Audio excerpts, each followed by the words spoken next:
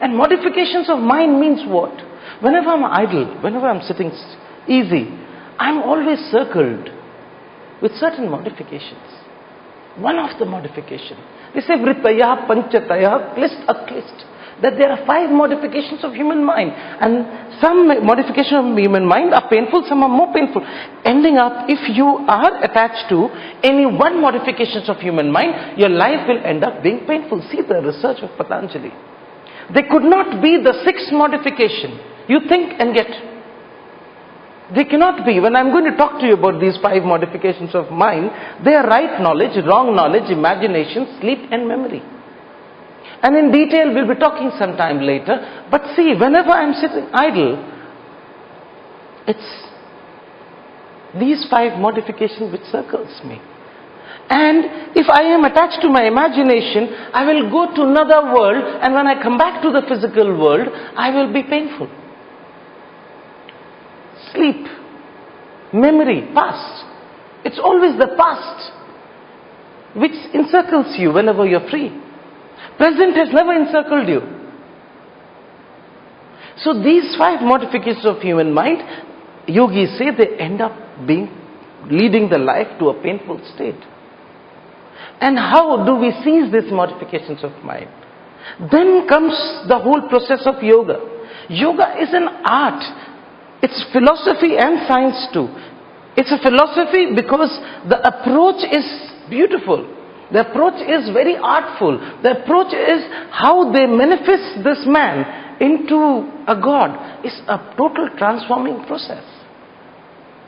Now, how this yoga affects the mind. Now, if you see the word chitta, the Western commentators has named chitta as mind, but that's not mind. It's about light and sun. Sun is not light.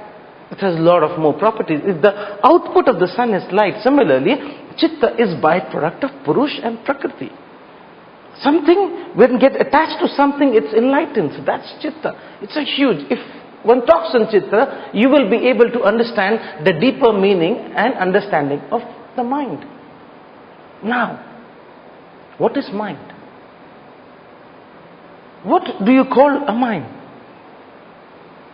Certain informations which is fed, and then how creatively you use it.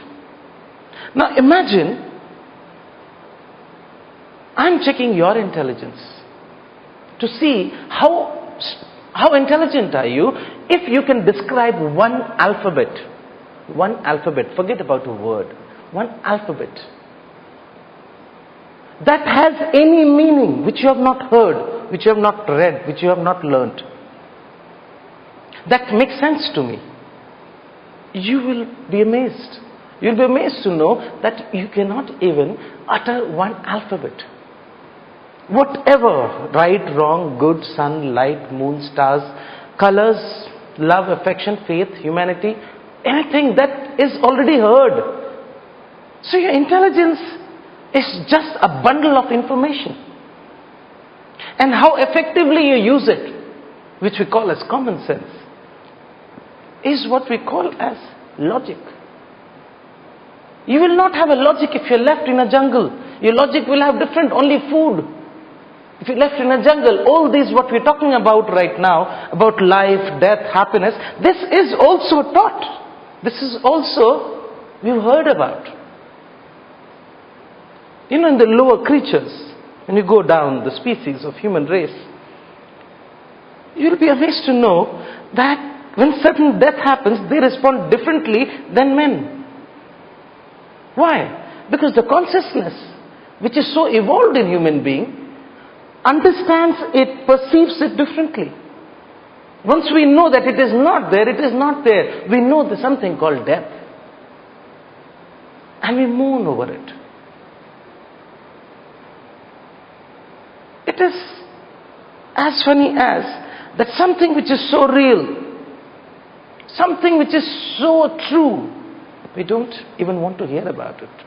And yoga is all about celebration of the time of death. And once you start practicing this science, you will slowly understand what is the aim, the purpose of this life.